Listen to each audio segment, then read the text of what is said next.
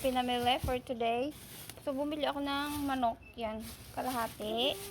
Tapos, bumili ako ng prutas at gulay. Okay? So, yan po ang nabili ko.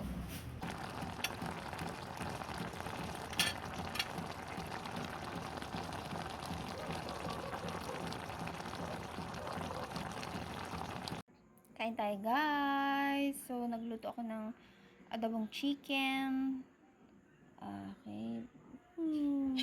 Bagong lutong kanin. Sausawan na patis na maangham na maraming kalamansi. Ito galing to kay Mudrakel sa Batangas. Sinaing na tulingan ito, tas pinrito.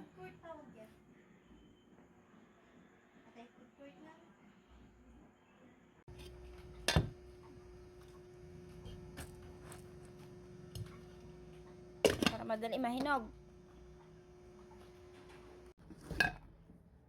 Merienda time, turon at juice.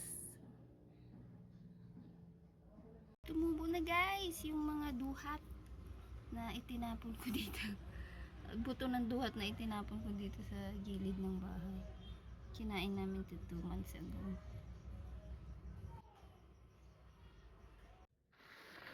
Tortang talong.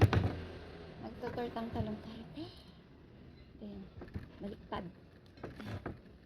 Dito mo siya.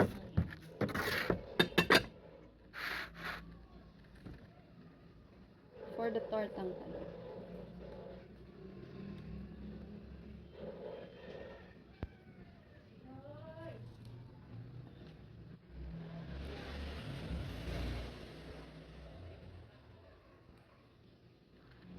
Dati, ginagawa ko, ano yung pagkaahon ng talong sa ihawan, binabalatan ko na. Uy, sobrang init naman. Pero ngayon, pinapabaho ko na siya bago ko balatan. Yung iba, pag gumagawa ng tortang talong, nilalaga lang yung talong. Ayoko nun. Kasi nawawala yung smoky flavor ng tortang talong. Yun ang masarap sa tortang talong, diba? Yung may smoky flavor. So, yun.